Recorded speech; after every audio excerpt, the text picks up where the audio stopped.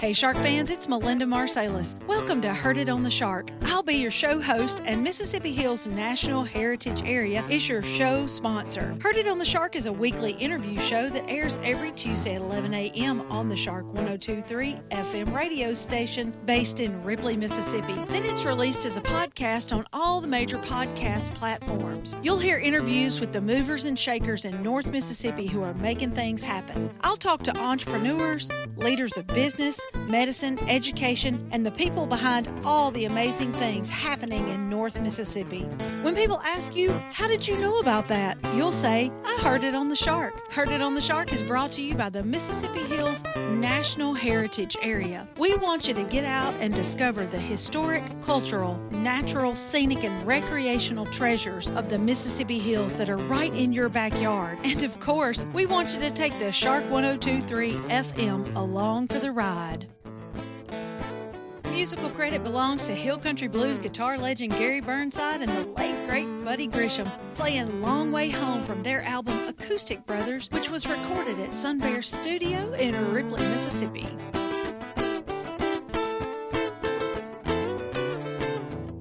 This program was recorded at Sun Bear Studio in Ripley, Mississippi. Hey, Shark fans. In this week's episode of Heard It on the Shark, you're going to hear a 5-minute excerpt of my interview with Tippah County Veterinarian Dr. Elizabeth Miller Smith. Dr. Smith has owned and operated the Animal Clinic of Tippah County for 11 years and is the only veterinarian in the area, so life at her clinic is pretty crazy. This interview is a follow-up to my chat with Tippah County attorney Bart Adams about taking care of your dependents with a clearly written will. It's important to include in your will instructions not only for your dependent children, but also for your dependent animals. These two interviews in their entirety can be found on our Shark1023.com website on the podcast tab with a series of videos called Get Ready, Get Set, Live that discuss getting your life in order to help your next of kin. Now, before the interview excerpt begins, I do want to give you a little warning that Dr. Smith and I will be discussing euthanasia of pets and other topics that some of you may find distressing. If that's you or someone who's with you, you may want to turn the volume down on the radio or on your podcast for the next few minutes. Here's the interview. And the reason this all came about, the reason it even ever would have crossed my mind is because I did inherit two elderly dogs when my father-in-law died. And there was a lot that went with that. It was a big obligation for me. Absolutely. So I feel like I'm not the only person that's ever happened to. No. So I'd like for you to talk about some instances where it happened to you. Well, I have agreements with several clients that I just note their medical record, and we make sure their family understands if they have specific wishes of what they want to do with their pets when they die. Usually where I come in is if they decide that the pet will not relocate well to another family member, won't do well without them, that kind of thing. Sometimes I come in, unfortunately, to euthanize the pet when the person passes away, and we've had to do that many times. And I always look at it as with the pet's best interest in mind. I'm not just going to put down a healthy animal if I don't have another solution for it. But we get a lot of elderly people that have like maybe a couple of cats. Nobody ever comes in and sees them. They're not that socialized to other people, and you just have to think like what would be best for that cat, to put it in a completely new situation with new people and possibly have issues, later on come up with it, or maybe there's nobody to take it, So or maybe the pet's really elderly anyway, and we were just hanging on for the owner kind of thing. So I just try to look at that.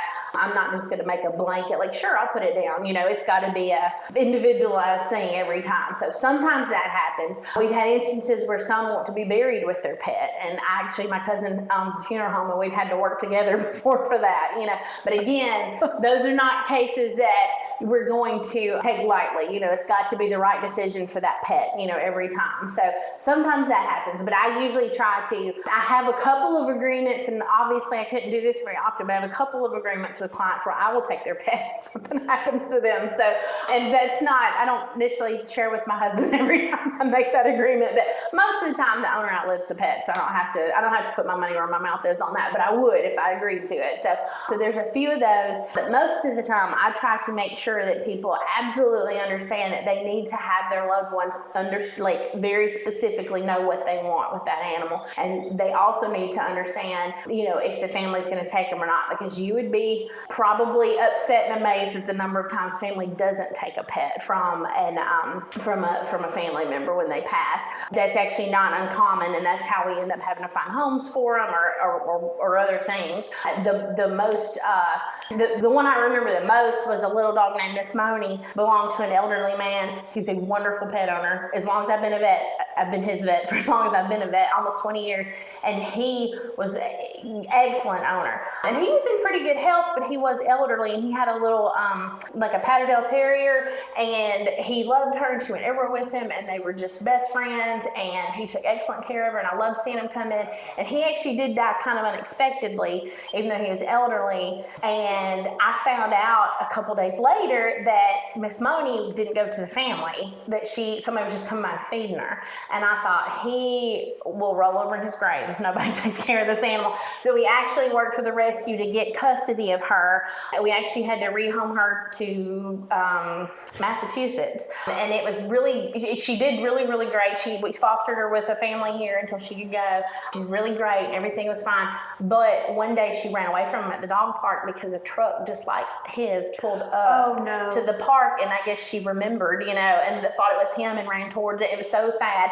But that just goes to show you like the bonds that these animals have. And when their owner is unexpectedly taken away, it's traumatic for them too, So you just have to think. But he didn't have any provision in his will for what happened to her, and the family wouldn't take her. So that's not what he wanted. Now, it ended up happy, and I keep in touch with him, and she's got a great family, but that could have gone a whole different way, And so when my grandmother died, she actually listed in her will, I don't think any of the kids or grandkids were mentioned at all, but the dogs were. So the number one thing was that my cousin would take the 2 dogs and keep them the rest of their lives, and I would take care of their medical care, and that's what we did. So, and both of them lived out normal lifespans, and we had, she had even what to do with them after, she had it all labeled out, and that was good because we would have done it, there would have been enough of us, somebody would have taken them, but that was exactly what she wanted to have happen to them, and it did. So, but only because it was really specifically listed out, is what would happen. So that worked out really well. So put it in your will if you feel like you'll outlive your pet will outlive you, and talk to your veterinarian, maybe put it in their medical records. Euthanasia is that what you call it? Euthanasia. That's not always the wrong answer there either. It's not, and I know it sounds, it might sound cold if you've never lived it, but like one of the 2 dogs that we inherited wishes she had died when he died. She is so depressed. Oh yeah, there's and we've had instances, most of the time they grieve like we do, and they may not eat for a few days, they may not come out from the bedroom, but most of the time they come around. Sometimes they don't, and it's just when they're elderly.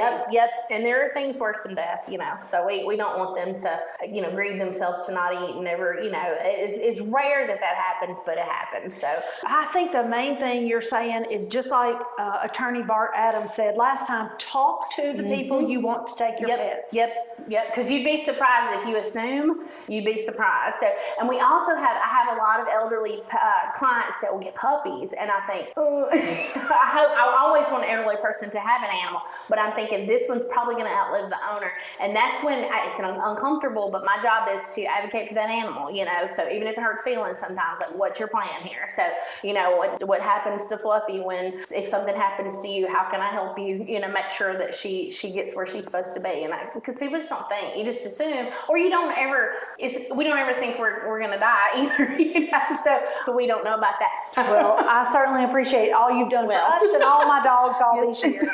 But we do love animals, so that's why we're here. Okay, Shark fans, that's all the time we have this week for Heard It on the Shark. Remember, you can find this interview and all of our video series, Get Ready, Get Set, Live, on our website located at shark1023.com on the podcast tab. Keep it tuned to the Shark 1023 and have a great rest of the day.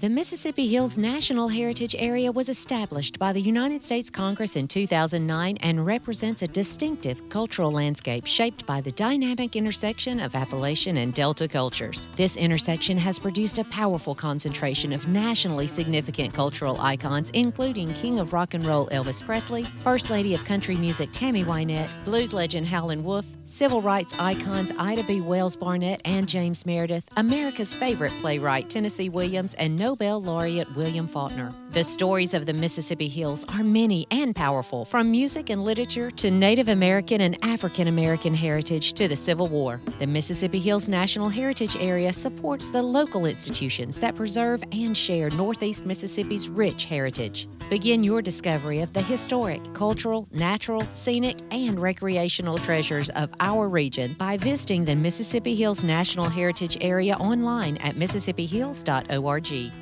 This show is made possible by JC Media, LLC in Ripley, Mississippi. JC Media owns the Shark 102.3 Classic Rock FM radio station where the show is hosted, and Sun Bear Recording Studio where the interviews are recorded. We need your feedback and support. If you listen to the podcast on a player like iTunes, Google Podcast, or Amazon Music, please subscribe to the show and leave us a review. We also have an email in which you can share your feedback. That email is theshark1023@gmail.com. Subscribe to our podcast on your favorite app or stream episodes online at shark1023.com/podcasts. Today's episode was produced by Melinda Marsalis. It was edited by Rick Williams and engineered by Chris Marsalis. The podcast technician is Joyce Grady.